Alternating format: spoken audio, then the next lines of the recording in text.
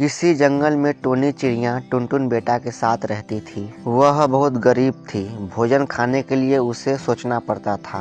कहाँ से भोजन खाए, ठंडियों का मौसम आ गया था। दिन पर दिन ठंडी बह रहा था।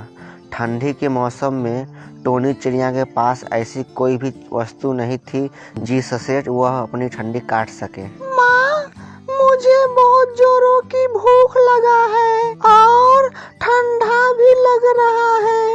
कोई उपाय करो माँ, नहीं तो हम मर जाएंगे। टोनी चिड़िया को कुछ समझ में नहीं आ रहा था। टोनी चिड़िया उस हालत में क्या करे। तभी टोनी चिड़िया कहती है, ठीक है बेटा, रुको, मैं कोई उपाय करती हूँ। कल भी हम लोग कुछ नहीं खाए।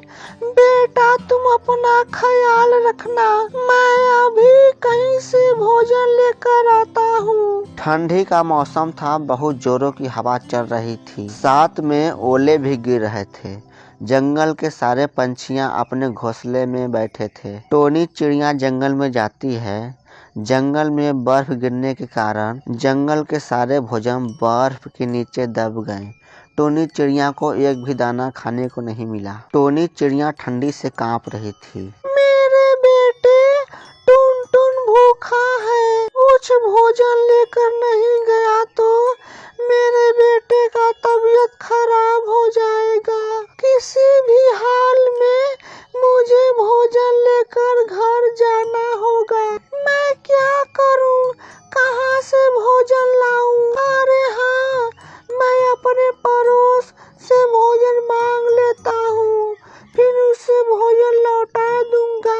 अब टोनी चिड़िया उड़ते हुए कबूतर के पास जाती है। कबूतर अपने घर में सोया हुआ था और टोनी चिड़िया कहती है, कबूतर भैया, ओ कबूतर भैया, कुछ खाने को दे दो मेरे बेटे को।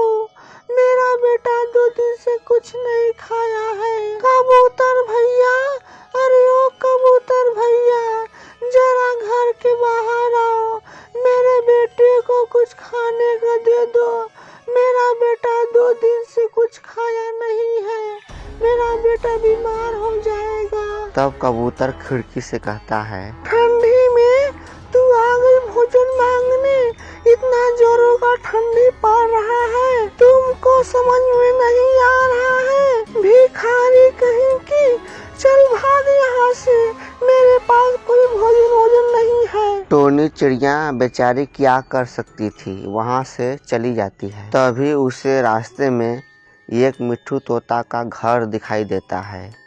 मिट्ठू तोता अपने घर के ऊपर छतरी लगा रहा था क्योंकि उसके घर में बर्फ का पानी टपक रहा था। तभी टोनी चिड़िया को देखता है और अपने पास बुलाता है और कहता है, अरे टोनी बहन, इतना ठंडी में कहाँ जा रही हो? तुमको ठंड लग जाएगी। टोनी चिड़िया रोते हुए मिट्ठू तोता को सारी बात बताती है। मिट्ठू तोता को टोनी चिड़िया पर बहुत दया आता है और मिट्ठू तोता कहता है, क्या करोगी टोनी बहन, जमाना बहुत जालिम है। इस जमाने में कोई किसी का दर्द नहीं समझता।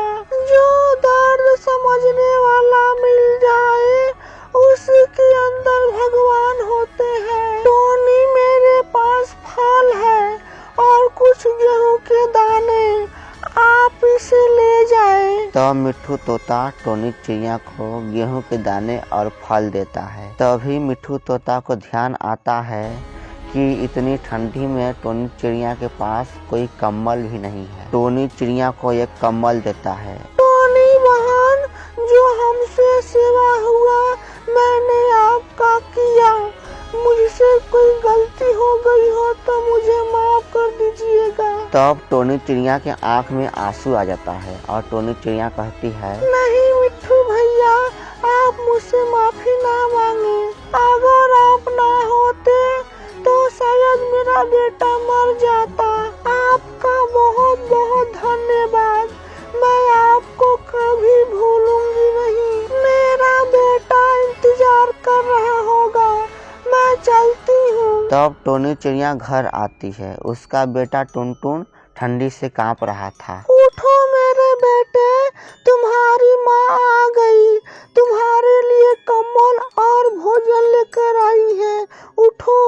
तब टुनटुन बेटा अपनी माँ की इतनी बात सुनते ही उठकर बैठ जाता है। माँ, तुम कब आई?